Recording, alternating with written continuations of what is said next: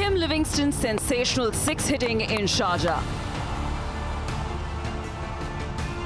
Ajay Kumar's last over heroics in a thriller.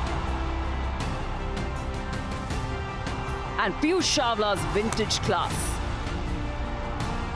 The Knight Riders have had their magical moments in the DP World ILT20 Season 4. But the side has been inconsistent, and their heavy defeat in the last game has pushed them to the 5th spot.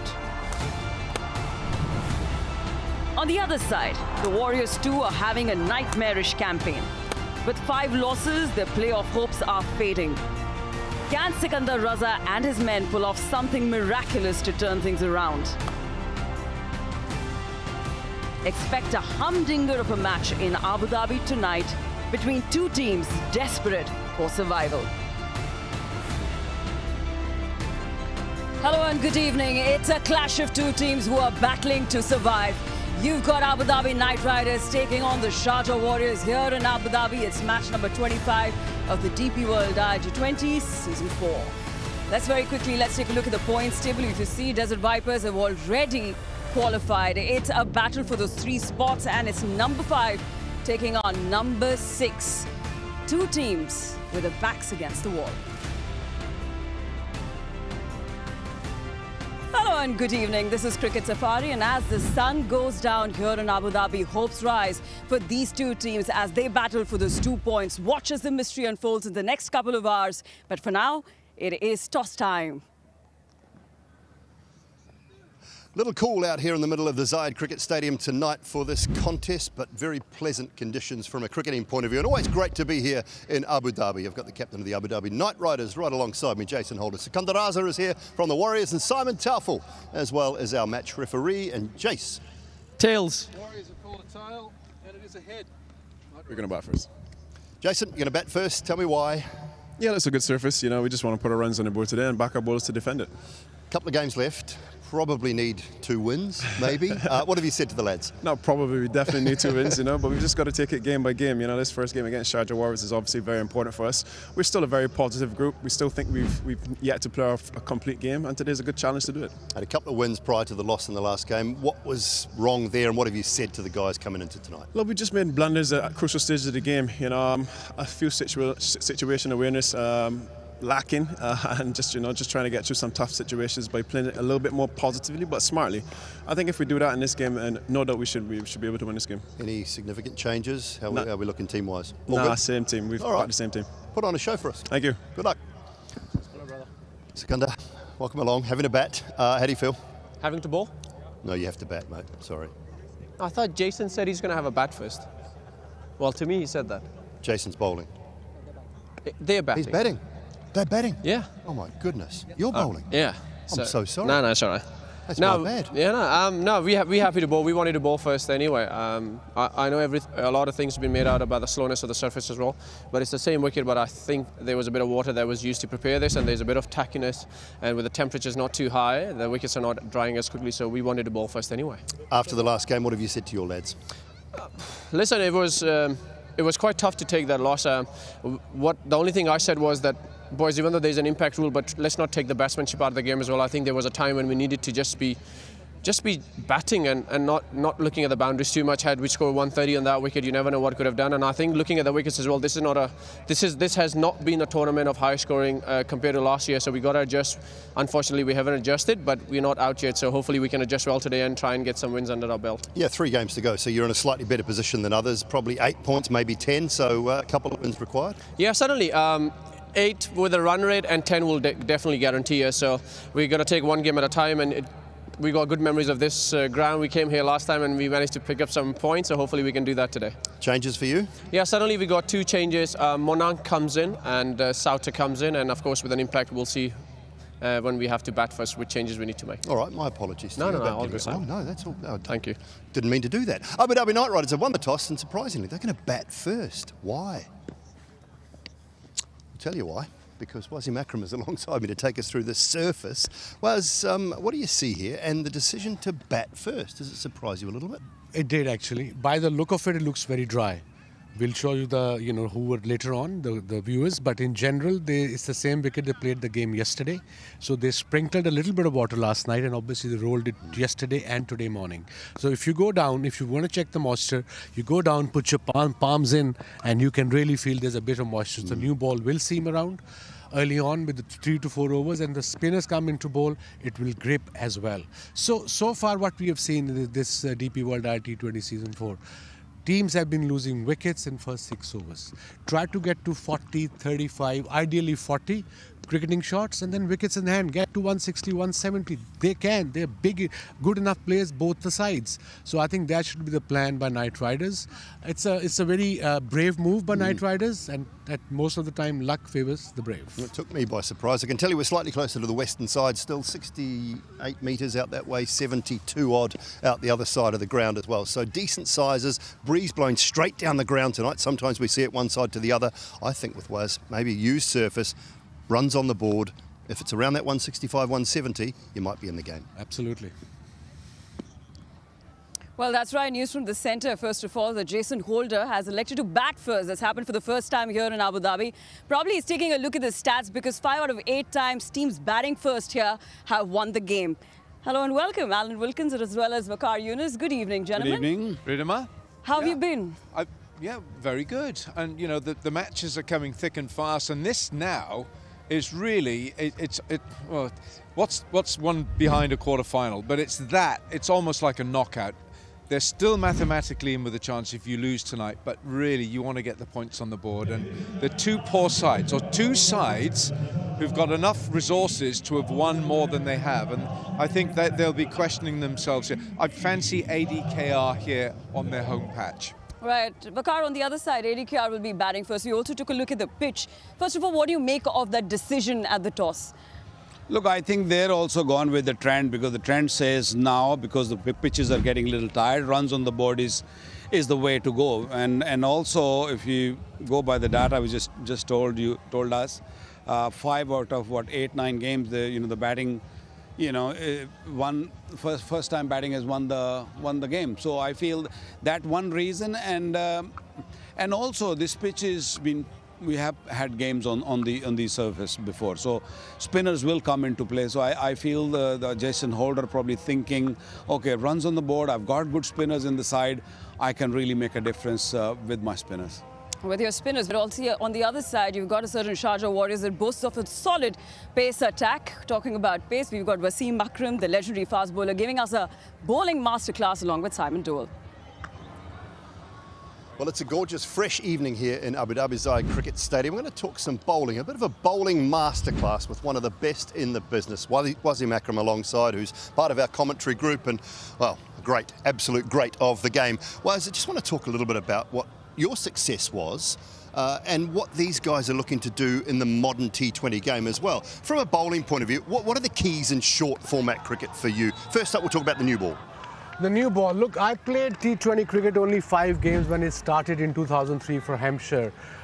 Those days, probably batters didn't have those shots early on in this T20 format. So as a bowler, I wasn't as scared as the bowlers are now. And my first 2 overs were usually back of a length. Try to bring my natural in-swing to the right-hander. And if not, then if not swinging, then I'll go just across. That's the first 2 overs. I mean, first or third. And if I usually, those days we used to bowl 2 overs at death, 18th and 20th or 19th or 17th or 19th. And I used to bowl normal Yorkers, normal swing, and if it's reversing a bit, like this particular ball, if you have a look, it's rough this side, it's a perfect reverse swing ball. And this shiny side, this side. So I would have gone last 2 overs or last over is reverse swinging this day and age, I would have gone around the wicket. The same field they used to have, point back, third man up, extra cover a little wider, maybe mid-off back as well, and just go shiny side here, the rough side here, and just go wide of the crease. Naturally, I'm going to go wide of the crease, and just go outside off stump.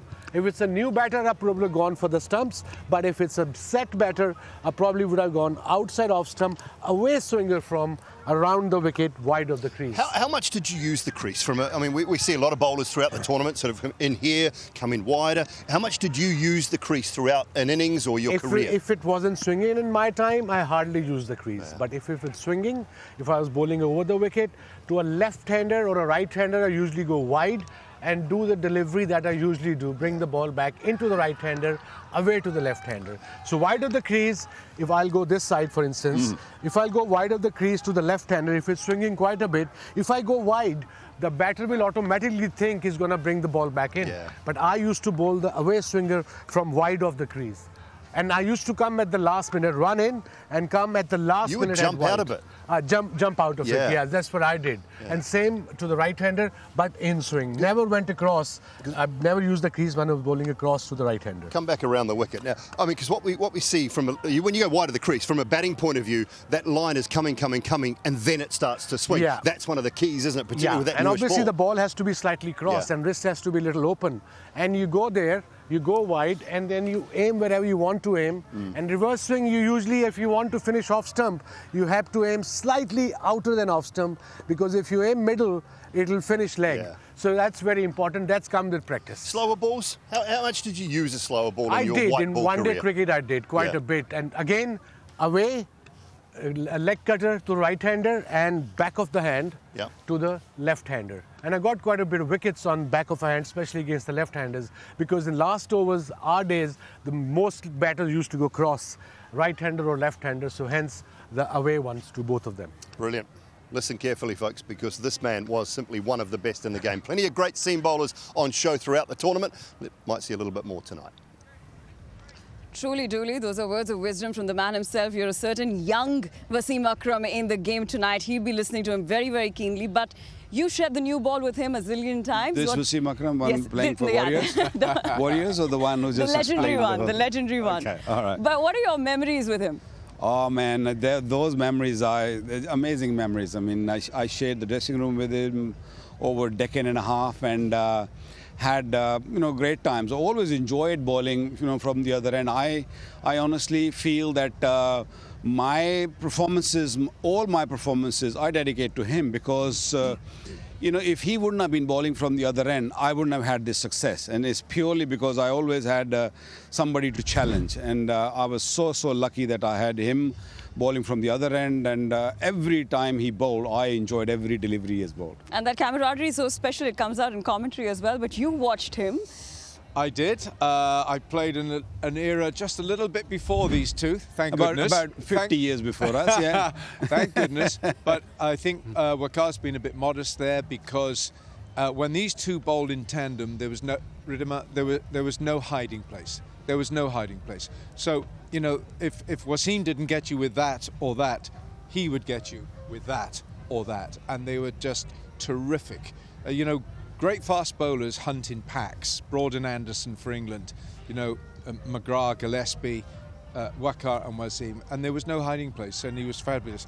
And then later on he played for our county, Glamorgan, and he took so many wickets. He terrorised a lot of county. I was done then. Yeah, no. I was more or less done But then. then he came off and he was walking like this because he bowled so much. But absolute wonderful masters of their craft with the ball.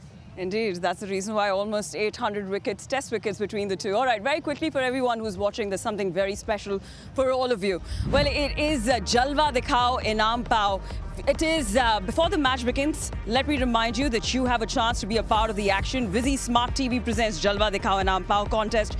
Show your energy, show your passion, participate now and win exciting prizes only with Visi Smart TV, a smart TV that has it all. So you know the drill. We'll be showing you the couple of questions and you answer them. For now, these two teams hunting for those 2 points. Who comes out on top?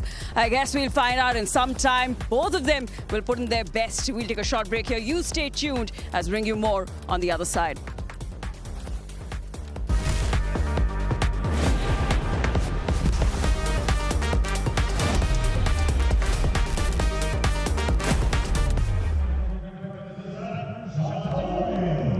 Welcome back to Cricket Safari. Let me give you a quick update. It is ADKR that's won the toss, selected to bat first. A quick look at the team batting first. What do you make of that, Waqar? No change there. I mean, if you just read on paper, you will say this team should be leading the table. But at the moment, they're really struggling. Phil Salt, Sharafu, Hales, McMullen there, Rutherford there, Livingston. I mean, what more do you want? And Russell, Howard, Narayan, Stone, and Ajay Kumar, who's been bowling superbly. And then they also got a chance of bringing someone else when they had to. Piyush Chawla will come in as a sub. So I mean, this is one wonderful side, but unfortunately they are on the verge of going out of this tournament. Yep, on the other side, of course, Sharjah Warriorz in the 6th position. They've got a task cut out in front of them. They come in with 2 changes. Oh, yes. Monank Patel comes in. He's the US captain, so he comes in for his first match. And Nathan Sauter, the leg spinner, comes in. So I think that's a really good call for the Sharjah Warriorz. But their batting has underwhelmed. Kola Cadmore, Abel, James Rue, Sikander's not performed. Ethan D'Souza, Dwayne Pretorius, it's putting pressure on the bowlers, and that's why. I really like what Taskin Ahmed has brought to the equation with Adil Rashid, but they are a struggling team. They've tried Harmeet Singh with the ball. Johnson Charles has not given them starts, so they've got a heck of a lot of work today to keep out the Knight Riders. You did call them a struggling team, and there are various reasons as to why they are struggling. Very quickly, let me show you the worries of Sharjah Warriorz as they come into this one. Remember, they won their first game at the back of 3 losses. They won 2 in a row, and they've lost it 2 in a row again. And these are the worries. Have an overall strike rate of 124, the lowest for any team. Batters have an average of 19, lowest for any team. Used 21 players this season, most by any team. Their last 2 totals have been 90 all out and 117 all out. None of their bowlers has taken 10 wickets in the tournament. Yeah, they would be a little dissatisfied, just not by the 2 losses that they've had, but the manner in which they've lost. When they're all out for 90 and 117, what do they do to get their bearings right and come into this one? Well, they've got to forget those performances anyway. They've got to get rid of that, get rid of the negative thinking, and just begin to believe in themselves and get off to some starts. Johnson Charles has been poor. I think he's been poor. He's got 1 score of 77. The rest, he's just getting out so early. They've really got to get off to starts. Sikander, you know, they can't leave it to the middle order. You've got to get a start in this tournament. And look at the bowlers, not one bowler, TKC, he's got to get them off to a start. He's played more cricket for the Sharjah Warriorz than any other cricketer in their ranks. And TKC, you have got to go tonight, otherwise they're going to struggle. Yeah, but they would take a little bit of confidence, the fact that they've played the least number of games, so they've got a solid chance there. But having said that, TKC, Johnson Charles in the middle order, they've got a James Rue. Other than that, in the low order, nobody comes through. Who do you see? Look, I think, you know, they have issues. We all know that. And as Alan said, that negativity out of there. Forget what happens. Forget what happened in the tournament. Don't read that and just go out there and express yourself. They're still a team which can actually beat any side. But Abu Dhabi Knight Riders, home ground, batting first, it's going to be tough. So who's winning?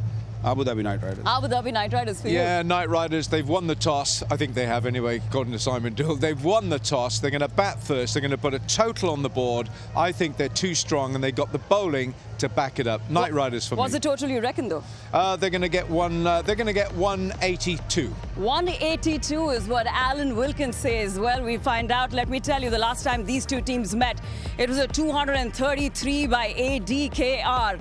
On the other side, Sharjah Warriorz, they've got a captain who's got intent and aggression. Let's find out what he's got in store for us. Live action comes to you right after this short break.